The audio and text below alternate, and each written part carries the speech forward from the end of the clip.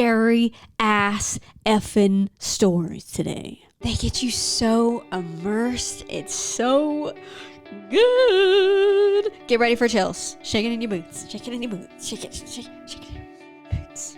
We got a woman who apparently thinks a mountain lion sounds the same as a man's voice saying sorry. We also have somebody who almost hit somebody at 2 a.m. in the middle of the highway. They just disappeared. And then we got two idiots. Two idiots that decided to summon a demon in the middle of the night. And it followed them home. We have someone who's working the night shift at the gas station. And they have a creepy, terrifying customer. They're all so well written, but also, I just wanted to mention you guys, and I don't know if you've seen the last video I posted. You probably didn't. It got very little views. But you guys, I made a second channel. Link is here. It's also in the description. It's gut_TV. It's gonna be where I put every single video that's not Reddit reading. And recently, I just put out a new video regarding female masked. Here's a little clip. See, these are the ones that I will have nightmares about. Because you got to put sunglasses on to be passable. Look at that. Look at that. Goodbye, horses. I'm coming over you. Imagine waking up to that. Terrifying, you guys. Absolutely terrifying. You got to get the ass in there, too. Bro. Hi. Ready to pound the streets. LOL. Or, what the fuck is that? What is that? Please check it out. I promise it's worth the watch. The link is in the description. Without further ado, I'll stop wasting your time and let's go.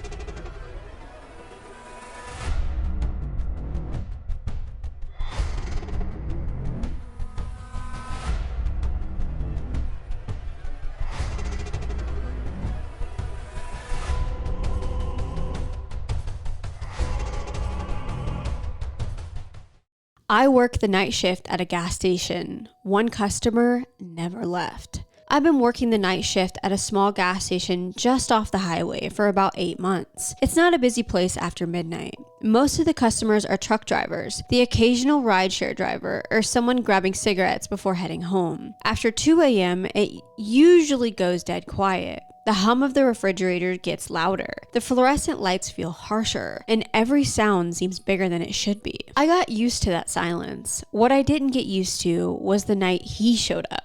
It was a Wednesday, around 2:10 a.m., when a dark sedan pulled into Pump 3. I noticed it immediately because I hadn't seen a car in nearly 40 minutes. The vehicle stopped, but no one got out. The engine stayed running. I waited for the driver to step out and start pumping gas, but nothing happened. 5 minutes passed, then 10. The car just sat there with its headlights on, aimed directly at the store windows. Eventually, the lights switched off, but the engine was still running. That's when I started feeling uneasy. After almost 20 minutes, the driver finally stepped out. He was an average-looking guy, maybe mid-20s, wearing a dark hoodie and jeans. Nothing obviously strange about him, except he didn't reach for the pump. He didn't even look at it. He just stood beside his car, staring straight at the store. At me. I tried to act normal, pretending to organize the counter, but I could feel his eyes locked on the building. After about a minute, he walked inside. He didn't browse, didn't grab a drink, didn't check his phone. He walked straight up to the counter and stood there silently. I gave him a casual, "Hey, what's going on?" He didn't answer. He just looked at me, expression completely blank. After a few seconds, he asked, "What time do you get off?" The question hit me wrong. Customers sometimes make small talk, but this didn't feel like that. I told him 6 a.m., even though my shift ends at 5. He nodded slowly, like he was storing that information. Then he glanced around and asked, "You here by yourself?" I lied and said my coworker was in the back doing inventory. He didn't buy anything. He didn't say goodbye. He just turned around and walked out, but he didn't leave. He got back into his car and stayed parked at the pump. The engine was still running. 15 minutes passed, then 30. I kept checking the security monitor, hoping to see brake lights and watch him drive off. Instead, at around 3 a.m., he moved the car not toward the exit, but into a parking spot directly in front of the store entrance. Then he turned the engine off. That's when I locked the door. We're not supposed to lock it during overnight hours unless there's a serious reason, but something in my gut told me this was one. A few minutes later, he stepped out again and walked up to the entrance. He pulled the handle. It didn't open. He looked up at me through the glass and smiled. It wasn't aggressive. It wasn't friendly. It was calm, like he expected the door to be locked. He tried the handle again, slower this time. Then he leaned slightly to the side, trying to see further inside the store. I picked up the phone and pretended to be in the middle of a call. He watched me for a few long seconds, then walked back to his car. I thought that would be the end of it, but he didn't drive away. He sat there, completely still. The parking lot was empty except for his car. The highway in the distance was quiet. It felt like the entire world had shrunk down to just me and him. I finally called the non-emergency police line and explained that a man had been lingering outside for nearly an hour and had asked me what time I got off work. While I was on the phone, I saw his brake lights flick on. My heart jumped, thinking he was finally leaving. Instead, he pulled forward and parked along the side of the building out of view of the main windows. That's when I really panicked. There's a blind spot along the side wall where the dumpsters are. The security camera covers most of it, but not the very edge near the back door. I kept staring at the monitor, terrified I'd see him walk past the camera toward the employee entrance. Minutes felt like hours. The dispatcher told me officers were on the way. Then I saw movement on the screen. He stepped into frame from the side of the building, walking slowly toward the front again. He didn't try the door this time. He just stood there, looking in. After what felt like forever, police lights flashed across the parking lot. The moment he saw them, he got back in his car and drove off before the officers even pulled in. They took my statement, checked the area, and reviewed the footage. There wasn't much they could do since he hadn't technically broken in or threatened me. They advised me to call immediately if he came back. He didn't return that night. He didn't return the next night, or the one after that. But about 2 weeks later, I was checking the cameras during another quiet shift when I felt my stomach drop. A dark sedan slowly drove past the station without turning in. It didn't stop, it didn't slow down much, but as it passed into the streetlight, I saw the driver's face clearly for just a second. It was him. He didn't look at the pumps. He didn't look at the road. He was looking directly at the store windows. And even though he kept driving that time, I haven't worked a single shift since wondering if one night he's going to come back and this time not leave at all. Oh my gosh. That sent chills down my freaking spine. I'm so glad you called the cops, because all these stories, it's like I was too scared, or I didn't want to make a scene, or blah blah blah blah blah blah blah. Thank God. And I'm so glad you haven't worked a shift. I would 1,000,000% get a new job. Like, hey, sorry, but I can't work here. This guy is weird. He knows where I work. The thing is, crazy people who have ill will towards you, a lot of them can be really patient. They'll come back a month later. I hate this. I hate this so much. I really hope you find another job. And I give massive kudos for people who work at a gas station. I have a really good friend that works at a gas station, and they text me stories all the time. I'm like, you're better than me. I've always wanted to work at a gas station, but people are just so weird. And for whatever reason, people believe you guys carry a lot of money, and it's just like anywhere else. You don't have a lot of money in your cash register, but people will risk going to prison the rest of their life for $200, which is maybe a shift or two. Well, at least here in California, that's like a shift at a fast food place. Because fast food workers here make $25 an hour. So insane. Anyways, let's go to the comments. Commenter, this is very scary. Honestly, you're much braver than me for even going back to work there. I never could have gathered up the courage to go back. You seriously need to be super careful. Could you get someone, even a friend, to stay with you during your shifts? OP responded, I really appreciate that. It was nerve-wracking going back, but I had to face it. I've been extra careful since, and sometimes I do have a friend check in while I'm working. Every little bit helps. Commenter, yeah, I'm just praying for your safety. Have you told anyone about the incident? OP responded, yeah, I did. I made sure to let a few people know and documented everything. It just felt smarter not to keep something like that to myself. Yeah, because for some reason, a lot of people do.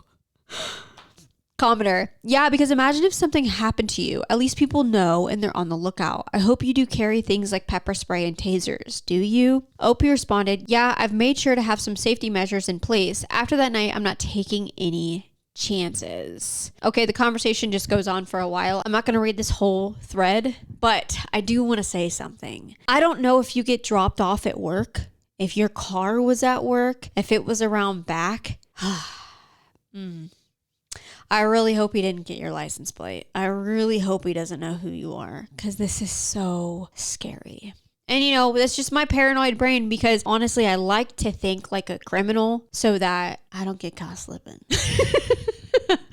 What would a criminal do? It's not what would Jesus do. It's what would a criminal do? WWCD. You got to, if you don't want to get caught up. You really do. But you know what? I'm just a paranoid Polly, so... Commenter, hopefully he doesn't come back, but if he does, make sure you get his license plate number. OP responded, yeah, that's a good idea. Hopefully it never comes to that, but I'll definitely try to get the plate number if I ever see him again. Better to have the information just in case. Great idea, solid advice, but if this guy has ill will towards you, I would almost guarantee that license plate's covered. Or he has some sort of cover on there where you can't take pictures of it. Commenter, yeah, very creepy. There should always be two people on night shifts for situations you just had. People are far less likely to try something if there's two people there. OP responded, you're right. If there had been two of us, I don't think he would have tried anything. Being alone that night changed how I look at every shift now. Oh, I hate to be negative Nancy, you guys, but if they have a... they're not going to care that there's two of you. They're not going to care. They could overpower you unless you also have one. I know that sucks. It does make you feel safe, and the odds are a little bit lower if there is two of you.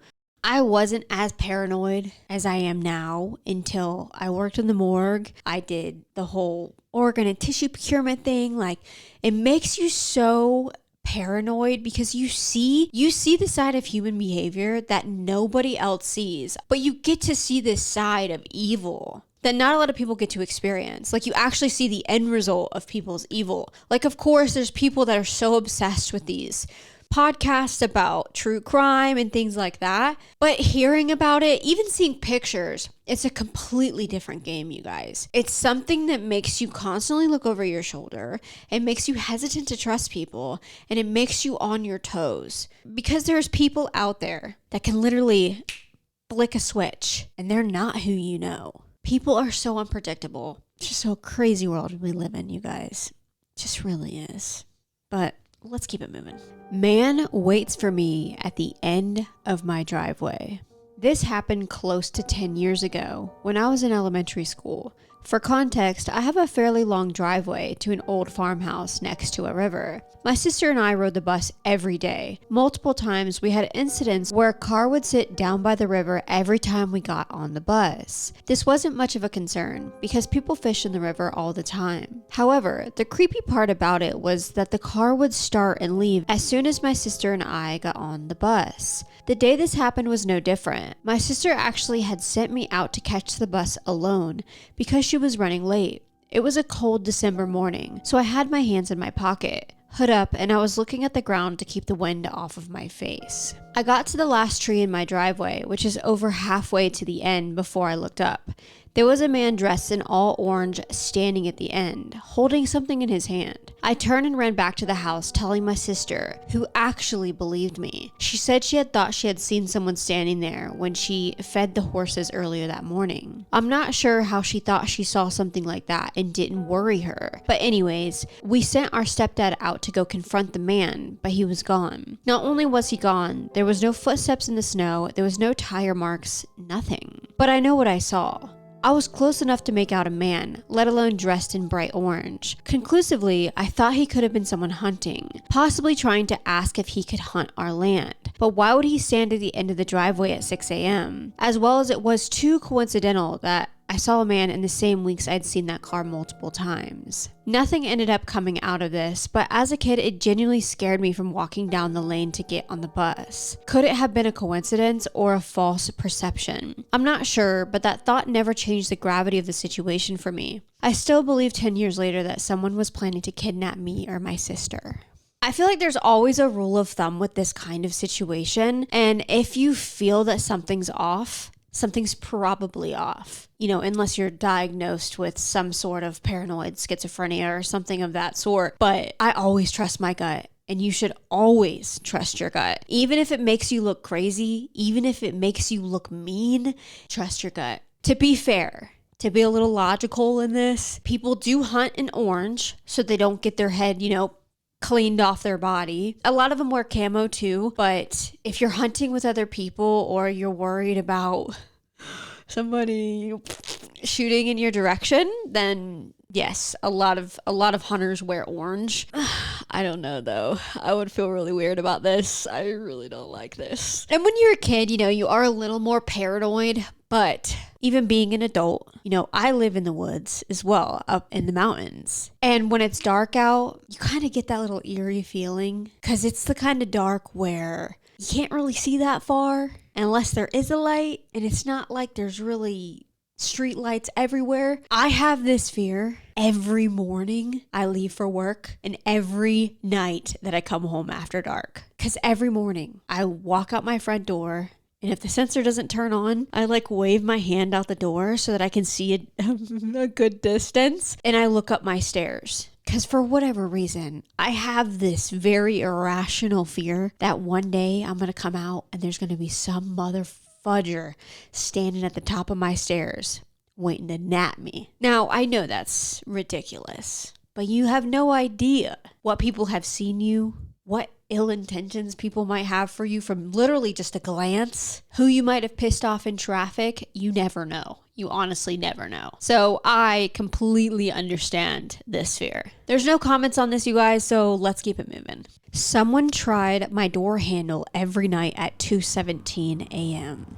I never used to be paranoid about locking my door. I live alone in a small rented portion at the end of a quiet street where nothing unusual ever really happens. It's the kind of place where neighbors know each other and nights are usually silent. That's why the first time I heard the sound, I convinced myself it was nothing. I woke up randomly in the middle of the night to a soft metallic click. At first I thought it was part of a dream, but then I heard it again. Slow, careful rattle. It was my front door handle being pressed down. I grabbed my phone, 2:17 a.m. I froze in bed, staring into the darkness, listening as the handle moved once more, gently, like someone was testing it without wanting to make noise. After a few seconds, it stopped. No footsteps, no voices, just silent. The next morning, I told myself it was probably the wind or the metal shifting because of the temperature, even though deep down I knew exactly what it sounded like. The second night, I was awake when it happened. I remember checking the time at 2:16 a.m. before putting my phone down. Exactly 1 minute later, I heard it again. Click, rattle. Slower this time, more deliberate. My heart started pounding so hard I could hear it in my ears. Whoever was outside wasn't aggressively trying to break in. They were calmly testing the handle, like they were hoping tonight might be the night I forgot to lock it. I didn't move. I didn't turn on any lights. I just lay there completely still until it stopped. By the third night, I knew it wasn't random. I turned off all the lights and sat quietly in the living room, staring at the door. When 2:17 came, and the handle slowly pressed down right in front of my eyes. The door shifted slightly in its frame, but the lock held. My entire body went cold. I forced myself to look through the peephole, and that's when I realized something even worse. Whoever it was wasn't standing directly in front of the door. They were positioned slightly to the side, out of view, like they knew how peepholes worked. I installed a small motion camera the next day. On the fourth night, at exactly 2:17, my phone buzzed with a notification. Motion detected. My hands were shaking as I opened the app. A man in a dark hoodie stood beside the door. His face wasn't fully visible, but I could clearly see his mouth. He was smiling. Not nervously, not angrily, calmly. Like this was routine for him. He gently tried the handle twice, then leaned closer to the door for a moment before stepping back and walking out of the frame. The police took it seriously after seeing the footage and increased patrols in the area. After that, it stopped. No more rattling. No more 217 visits. Months have passed now, and technically I'm safe, but I still wake up almost every night around the same time, instinctively checking the clock as it turns from 216 to 217. The door hasn't moved again, yet I can't shake that feeling that he wasn't in a hurry to get inside. It felt like he was patient, like he was waiting for one small mistake, and sometimes when I step outside in the evening, I catch myself scanning the street, half expecting to see a man in a hoodie standing at the corner, not looking at the houses, just looking at mine. Oh my gosh. And this, people, is why you always, always, always lock your door. I don't care what kind of neighborhood you live in. I don't care where you live. I don't care if you live in a gated house. Lock your door. You never know. And some of these criminals, they like to target people who have their guard down. They're easy targets. You know, I have fought tooth and nail with so many of my friends and family to always make sure you lock your doors. Always. And especially when I was there, I'd go around locking every door, window, everything. And I'd always be called paranoid. They're like, this isn't that kind of neighborhood. This is not Jacksonville. Relax, girl. And I'm like, trust me. I have seen things. I have worked on people where they thought the same thought that you're thinking. Okay? It does not matter what kind of place you live in, what kind of area you live in. All it takes is one person, one group of people. That's all it takes. And you know what? A lot of criminals are opportunists. They may not have they may not have came out strictly thinking, I'm gonna get this bitch. They might have been.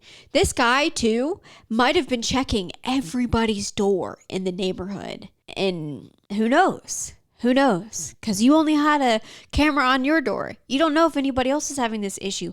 Not many people are awake at 2 o'clock in the morning. Oh, I hate this. I hate this so much because I'm such an advocate for being extra. I really am. I do live in a very, very safe and rural area. But all it takes is one. All it takes is one freaking weirdo. I have some very, a mouse would fart and my dogs would lose their shit. But still, it's here nor there. Honestly, I'm super grateful that you lock your door and that you did something about it. You called the cops.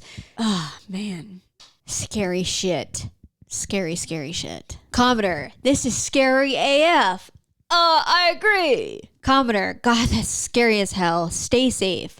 OP responded, yeah, some things stick with you long after they happen. I'm definitely being careful. Also, I don't know. For me, I'd probably want to move. I'm freaking scared. I'm scared. Because, you know, I know you guys don't know how tall I am. My stature really, like, you just see my, like, this up, you know? I'm a 5 foot bitch. Okay, I'm strong. I'm very, very strong. But I'll tell you right now, if a man tried to take over me and I didn't have I'd be screwed. I'm not delusional enough to think that I could overpower a big man. Okay, and so this is terrifying. I know that people get superhuman strength when adrenaline's going, but you and that criminal got superhuman strength right now. So nah, I would invest in something that you can do from a distance. I say this like a broken record in all of my videos. Get something that you can fuck this person up from a distance. Because who knows? He might lay low for a little bit, couple months, come back. She got her guard down. Her door's probably unlocked. Maybe she fell asleep on the couch. Didn't lock that shit behind her. Not gonna get her ass. Not trying to scare you, OP, but sometimes, you know, that's how the cookie crumbles. Commodore, bars close at 2. An extreme alcoholic likely lived there once. Thinks she still does. Tries to open the door, and oops, my key doesn't work. Get a Ring camera and report it to the police. No. I love the optimism, you guys, but this is clearly not that. Maybe he was on the juice, on the devil's juice, but I'm sorry. You don't hide from the peephole and do this little number on the door handle. Like, don't look at me, actually. Don't look at me. And then have your hood up and you're smiling menacingly? No. Sorry, pal. And did you even read the story? She said she got a camera. Did you like stop halfway through and you're like, that's enough for me. I got it. I got it from the first couple sentences. Come on. Get with the program, my guy. I hope he responded to that, though. Let's see. That would honestly make me feel a lot better if it was just a drunken mistake. The part that bothered me wasn't just the timing, it was how calm and deliberate it felt. And the fact he stood out of view of the peephole. I did install a camera and reported it. Thankfully, it stopped after that. Still one of the creepiest experiences I've had. To also mention, I'm sorry, but when you are an alcoholic or you are drinking, your internal clock doesn't go, oh, 2:16, better mosey onto that girl's apartment and start jiggling on the handle. This is very deliberate. There's a reason for this time. And maybe he was out drinking. The bar closed at 2 a.m. every time. And he just, now's my time. And of course, you guys, it wouldn't be a post without somebody accusing the OP as AI. Shut the fuck up. Shut up. Shut up. Even if it is, this is a really good story. Can nobody just have a little bit of enjoyment without being a dick? God. OP responded to that. No AI slop here, just late nights and a lot of overthinking. Yeah. God. I'm gonna come after you, existing disaster 705. I'm just kidding. I don't know who you are, but I'm gonna find you. Me and my friend accidentally summoned something and it followed me home. Sorry for the long title, but I will try to give you guys updates if anything else happens. I went over to my friend's house last week on Thursday night and I stayed there for 5 days. This is important so you can keep track of the days. Nothing really happened the first night other than normal activities, such as walking in the woods and having a fire pit. The next day, we went into the woods again, and as a joke, I carved pentagrams and X's into a lot of trees. Later that night, we went back into the woods and we climbed to the top of this hill where a clearing was so we could make a giant pentagram. Still joking, I googled how to summon a demon, not thinking it would work and also sounding completely made up, but according to my friend, when I was reading the spell or whatever, it called to summon it. My friend saw a dark figure behind me and he didn't tell me until we went inside. That night, we didn't have anything happen to us. The next day, we just stayed inside and watched movies with no issues. Then when it reached night, it started snowing and we went outside to enjoy the snow falling around 11:38. I'm pretty sure, but he has a garage next to the house and we heard the lock jiggle on its own. Like someone was trying to get in without a key. It terrified my friend. It didn't scare me, but we went inside and got a BB gun and a knife. I don't know what that would do, but I heard someone let out a sigh behind the garage, and I thought it was his brother or his brother's friend trying to mess with us. So I yelled, "If that's you, blank or blank, if you don't come out right now, I'm going to beat your ass." And then I heard a loud footstep in the woods and his dog started barking. I don't know if it was related to what I heard or not. It could have been a squirrel, who knows? But that's all that happened the next night. The next night was when the most things happened. Me and my friend were watching a movie while his parents were asleep. I think his brother was awake though. Then all of a sudden we heard his mom scream and my friend ran up there. I waited on the couch and when my friend came back down, he said his mom felt someone choking her while holding her mouth shut. Apparently, she was trying to scream for a while before he did, but she couldn't. About 30 minutes after that, a light downstairs turned on by itself, and a couple hours later, the sink in the bathroom turned on by itself too. We had left the bathroom door open, and about 3:30 to 3:40 a.m., I had finally went to sleep, and I felt something scratch my back hard. So I thought it was my friend or his cat, but the cat was in his brother's room, and my friend was on the phone on the couch. We have no idea what else could have scratched me other than a spirit. Either a day or two later, I left and I went back home. It's important to know there's already spirits in my house from my dead relatives, but they haven't had a lot of activity. I still cleanse my room weekly. The first night back, I felt a shift in the energy of my house, and my brother has sleptwalked almost every night and looked in the doorway of this one room, and I kept hearing footsteps outside my door. Okay, that is all. I'm sorry if there is any spelling mistakes or grammatical errors. Thank you guys for reading. I don't know if this will blow up or not, but who knows?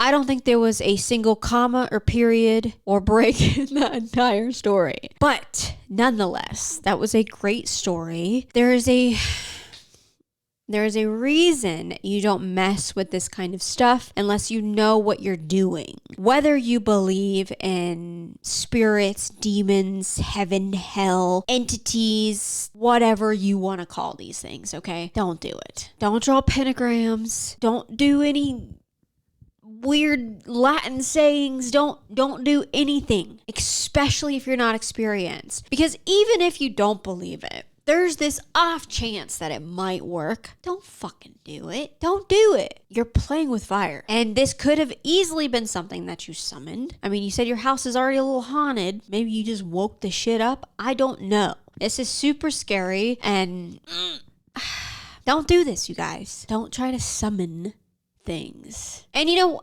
when I was a kid, I did this once. I did do this once. And nothing happened that I know of. I mean, I could have something following me, I don't know. But me and a group of my friends, we all sat at a dinner table with like candles, all sorts of weird shit. I don't remember what it called for. I just remember we had all these candles lit. We were in this dark dining room and we all held hands and said this crazy shit trying to summon a demon. And to this day, I regret it. I feel gross even saying this. And I know we didn't do it right, okay? I know we didn't. And nothing came of it. We were laughing, being stupid. We couldn't take it serious. It was dumb. Okay. Regardless, that should have never happened. And I had my grandma like cleanse me and shit. I felt so dirty afterwards. I was like, I know nothing came of it. Nothing happened. I know we were kind of like, because I don't really take anything serious. That's a big problem of mine. Obviously, at my job, I take everything serious. But you know what I mean. I don't really take things like this serious, so I don't do things like this. But when you're a kid, you do stupid shit. You experiment, you play the Ouija board, you're like doing the light as a feather bullshit, you're doing the Bloody Mary, you're doing all that dumb shit. I don't know if they do that now, but 90s, 2000s, it was kind of a thing. Everybody did it. But this was dumb. This was very dumb. Let's read the comments. Commenter, what I can't grasp here is why you would play around trying to summon anything. You are obviously aware of the occult because you do cleanses at your home from your dead relatives. Why would you do that? These things are not to be messed with. Honestly, I agree because I had no idea about this stuff. I was never taught about this stuff. I was never put in church. I didn't have haunting issues. This was a whole nother language to me.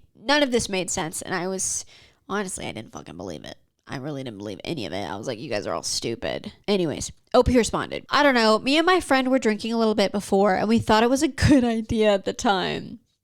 Alcohol is the main culprit. Commenter, my favorite part is the loud footstep in the woods, which you think could have been a squirrel. OP responded, it very well could have been. Yeah, have you seen these squirrels? They're getting hefty, okay? They're getting a little sausage size.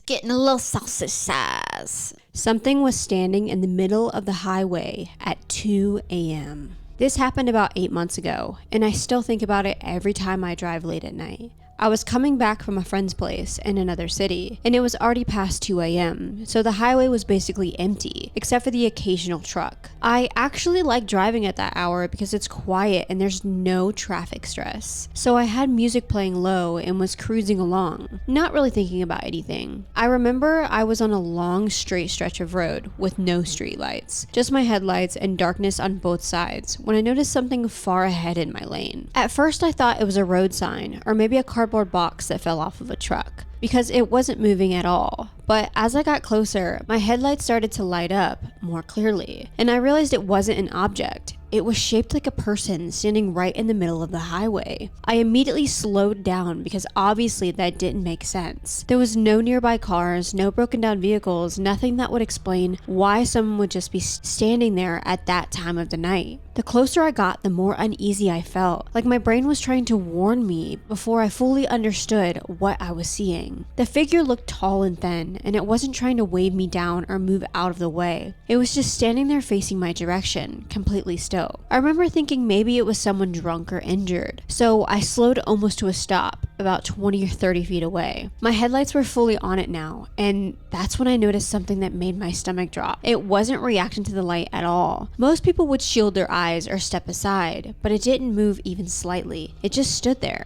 I leaned forward a little over my steering wheel trying to see its face, and I swear I couldn't make out any features. Not like it was dark, I mean it literally looked blank, like the light wasn't reflecting off of a face at all. Right when I was trying to figure out what I was looking at, it suddenly took one slow step toward my car. Not a stumble, not a normal walk, just one deliberate step. That was enough for me. I didn't wait to see anything else. I hit the gas and swerved around it, and as I passed, I glanced to the side for a half a second. There was nothing there. No person beside my window, no shadow behind me, nothing in the mirror when I checked. It was just empty road, again like it had never been there. I actually pulled over about a minute later because my hands were shaking so bad. I couldn't hold the steering wheel steady. I kept replaying it in my head, trying to come up with a logical explanation, but nothing made sense. If it was a person, where did they go in those 2 seconds? There was nowhere to run, nowhere to hide, just flat roadside and open ground. I eventually convinced myself I was tired and imagined it, but the whole thing is I wasn't sleepy at all before that moment. And what still bothers me the most isn't that something was standing there. It's that whatever it was waited until I got close to move. You should have just floored it. This is so terrifying, and I have had this type of experience as well, and I've said it on another video. This can honestly only be explained as some sort of different entity. It wasn't a person, because these kind of things just don't make sense to me. Unless the person is like Speedy Gonzalez. I mean, you didn't say that there was like rocks or some sort of something beside the road. Like, you know, you said it was dark. So maybe literally as soon as you passed, they bolted and then laid on the ground. Who knows? This sounds like it's not human. I hate stories like this because I know like when you hear it, it's so different than imagining it. When you immerse yourself in it, it's so scary because oh man, I can't imagine. As you guys know, I'm a very paranoid person. Even for me, before I get in my car, if it's dark out or just in general, especially when it's dark out, I always check my back seat. Always. I don't know, maybe I have problems. But I remember one morning in particular, my inside light wasn't turning on when I opened the door. You guys don't know this, but I leave my house at like 3 or 4 in the morning. So it is very dark to go to work. And so I took out the flashlight on my phone and I'm looking before I get in my car because I'm like, this is weird. This is off. You're not going to catch me slipping. I know this is a completely different story. This would freak me out and I probably would have pulled over as well and had to compose myself because I would also be shaking. I would be freaking out because this is so scary and it's so unexplainable. And why were you in the road? Yeah, I hate this. Let's go to the comments. Commenter, at least let it take 2 or 3 steps before flooring it. No, don't do that. Don't give it time to act, whatever it is. OP responded, LOL, honestly, if something like that took even 1 step toward me, I'd already be gone. Laughing emoji. No hesitation. Survival mode activated. Exactly. Like, when it comes to things like this, imagine it is somebody trying to, I don't know, pull one over on you, hurt you, whatever the case may be. Now they have the upper hand. Like, don't let them get close to you. The second you even feel the situation is off, hightail your ass out of there. Don't hang around, okay? That's how you die. Literally how you die. Commenter, got a power cut reading this shit. Opie responded, that's the worst timing possible. Make it even scarier. Yeah. I'm like, okay, whatever that is, it's in my house. It's coming to get me. It's coming to get me. All right, you guys, let's keep it going. I thought I heard a mountain lion, but then it knocked on my door. This happened about a month ago, and I still have no answer to it. 2 of my roommates, their siblings, have a family cabin about an hour away from our house. And since living with them, I've been invited up a handful of times, mostly for day trips since the water and electricity is usually off. But we almost always leave way after dark. So I went up to the cabin with my roommates and some friends one afternoon. The older brother was going to meet us there with his friends and girlfriend as well, so we had a pretty big crew. Before we left, I was told to be careful and aware of my surroundings. Since there had been a mountain lion sighting in the area, this didn't freak me out too much. I felt pretty safe due to the amount of people who were going to be there. especially since they all brought their dogs. But I kept it in the back of my mind as a cautionary. Before I get into the main event, here's a little description about the layout of the area. The bathroom is detached as an outhouse a little ways away from the cabin itself. If you walk out the front door, you take 2 sharp rights before walking down a short path to the outhouse. The electricity was on this day, but there are no lights installed on the inside or outside of the outhouse. If you're standing beside it though, you can see it clearly due to the light from the cabin. So way later in the day, it's probably around 8 or 9 p.m. at this point. It was completely dark and everyone was inside the cabin. Some people had left, including a couple who brought their 4 dogs, so there was a lot more space to go around. I got up to go to the outhouse. As I was sitting there, I realized that it had gone unnaturally silent outside. Then I heard footsteps slowly approach the outhouse, followed by what sounded like a long hiss. I froze, scrambling to think of what to do, fully thinking there was a mountain lion on the other side of the door. But then the footsteps stop and the more silence follows. Before someone knocks on the door, I said something to let them know I was in there, but I don't really remember because I was so shaken up. I hear a man's voice say, "Sorry," but that was it. I didn't recognize who it was, and I don't even remember hearing footsteps retreat. After a couple minutes, I mustered up the courage to leave and ran back to the cabin, expecting one of the guys to be waiting by the outhouse, but there was no one. When I got back, I asked every guy who was there if they were waiting to use the bathroom and knocked while I was in there. None of them had. Part of me wonders if my mind was playing tricks on me. Maybe I was more worried about the mountain lion sighting than I thought, and made up the hiss in my head. A mountain lion straying so close to a cabin with lots of people, lots of dogs, and all the lights on doesn't make sense. But the other question is, who knocked and apologized? I clearly heard a man's voice, and the knock was just as clear. And why was there no one there? And I didn't even hear them leave. I've wondered since if it was a neighbor or maybe a homeless man, but I find these unlikely. My roommate's cabin is on the very end of their neighborhood, and all of the properties are super spaced out. We were deep in the mountains and probably 30 minutes away from the closest city. So it being a homeless person or a lost hiker seemed like a reach. Whoever or whatever it was though, this experience really, really creeped me out. I hate this. I hate this. It could have been your mind. I doubt it. I highly, highly doubt it. I think this was you never know. You never freaking know. You really don't. Man, oh man.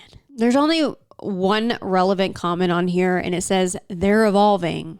That's it. If you guys watch my channel, you know that I also lived in a cabin and my bathroom structure was set up where I had a porta potty outside the house, but it was a bit of a walk. And the darkness in this place when it was night out was absolutely terrifying. I would try everything humanly possible to not go to the bathroom once it got dark. I had my dogs with me, but I was on 30 acres. I mean, there was houses like in the distance, but nobody that could really help me in time if something happened. Because like I said, it was like 30 acres surrounding me of just land. And almost every single night that I had to leave my cabin to use the restroom, my heart would be beating out of my chest because I wouldn't bring my dogs. I'd keep them inside because God forbid there's an animal that attacks them, whatever. They're house dogs. They're not outside dogs. So my heart would be pounding the whole time. And the whole time I'm going to the bathroom,